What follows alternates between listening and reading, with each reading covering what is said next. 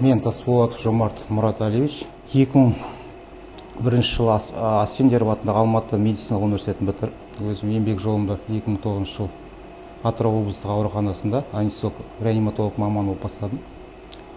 2013-ке дейін. 2013-те Атырау облыстық онкология диспансерінде компьютер томография мамандығын қайта даярлаудан өтіп, 2013-тен бері бүгінгі таңға дейін сол компьютер томография мамандығында жұмыс атқарып жатырмын. 21-де елімізге қатерлі індет келгелі коронавирус сол модульдік аурухана ашылған күннен жабылған күнге дейін сол Атырау облыстық нөмір 2-ші ауруханасында компьютер томографияда модульдік ауруханада жұмыс жасадым. 23-те осы Атырау облыстық фтизия-пульмонология орталығына осы жаңадан компьютер томография ашылған соң осында ауысып келдім. Бүгінгі таңға дейін осы компьютер томография саласында жұмыс жасап келеміз. Үздіксіз 11 жыл болды. Және қосымша 24/7 Жылой аудандық орталық ауруханасының компьютер томографиясын қараймын қосымша. Бұл енді компьютер томография деген бұл соңғы үлгідегі аппарат бізде тұрған артымыздағы. Бұндағы сәулені дозаны аз мөлшерде қолданып, адамның ағзасына зиянын тигізбей түсіру және орналасқан, енді бұл фтизия-пульмонология орталығы болғасын, туберкулездің түрі көп, сол туберкулездің түрлерінің орналасқан жерін және сатысын анықтау біздің мақсатымыз, және емдеуші дәрігерлерге сұрақтарына жауап беру, көмектесу.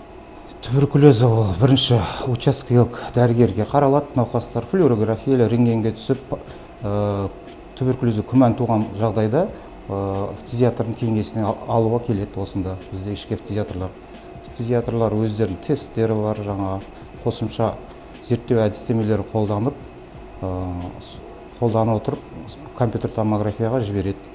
Соны қорытындысын алып, орталық бізде аптасына бірнеше күн ЦВК дейміз, және бірнеше дәрігерлердің қатысуымен комиссия өтеді. Сол комиссияда ары-қарап талқыланады.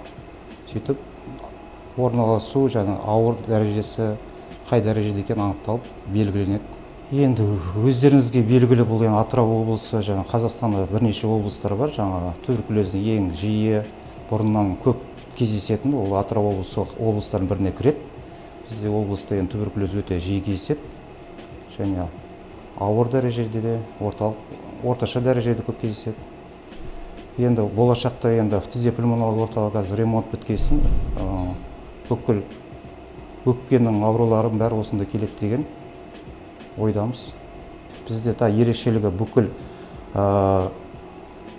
мүшелерге, ағзаларға біз контрастпен түсіреміз, барлық органдарға. Соңғы үлгідегі, сенсорды үлгідегі контраст томография бізде контрастың барлық жеткілікті мөлшерде бар. Бұл енді Canon аппараты, ол 1 жыл болды жасап жатқаны. Бұл облысымыздағы соңғы үлгідегі аппараттардың бірі деуге болады. Оның ерекшеліктері науқасқа обучение өте аз береді, және толщина срездің 0,5 мм-ден одан да жиі кесуге болады. Жаңа осыған дейін айтқан артыңызда тұрған кез келген органды контрастпен қазіргі соңғы үлгідегі сенсорды үлгіде түсіріп, жақсы экранға жібереді суреттерін. Соны ары-қарап рабочий станция врача дейді, сонан қарап қорытындысын жазып береміз науқасқа. Науқастардың көп жіберетін қателіктердің бірі ол қазіргі заманда МРТ болсын, КТ болсын, оны өздері тағайындайды. Оны мен ойымша тағайындау дұрыс емес. Ол жеке мед орталығы болсын, учаскелік дәрігерлер болсын, кез келген дәрігерден жолдамасын алып, нақты не іздеп жатқан белгілі болу керек қой. Сол кезде ол көп нәтижесі жақсы болады.